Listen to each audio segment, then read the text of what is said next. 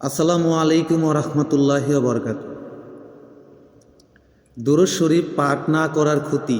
নবী করিম সাল্লাল্লাহু আলাইহি ওয়াসাল্লাম বলেছেন, যে ব্যক্তি আমার প্রতি দুরূদ শরীফ পাঠ করতে ভুলে যায় তাহলে স্মরণ রেখো সেই ব্যক্তি জান্নাতের পথ ভুলে যাবে।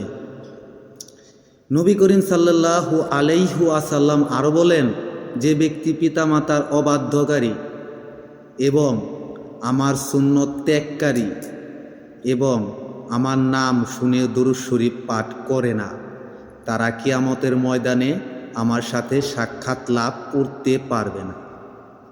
অপর এক হাদিসে রয়েছে, হযরত উমর রাদিয়াল্লাহু বলেছেন, মুমিনের দোয়া ততক্ষণ পর্যন্ত আসমান ও জমিনের মধ্যে ঝুলন্ত অবস্থায় থাকে যতক্ষণ পর্যন্ত নবী করিম সাল্লাল্লাহু আলাইহি ওয়াসাল্লাম এর প্রতি দুরূদ শরীফ পাঠ করে না।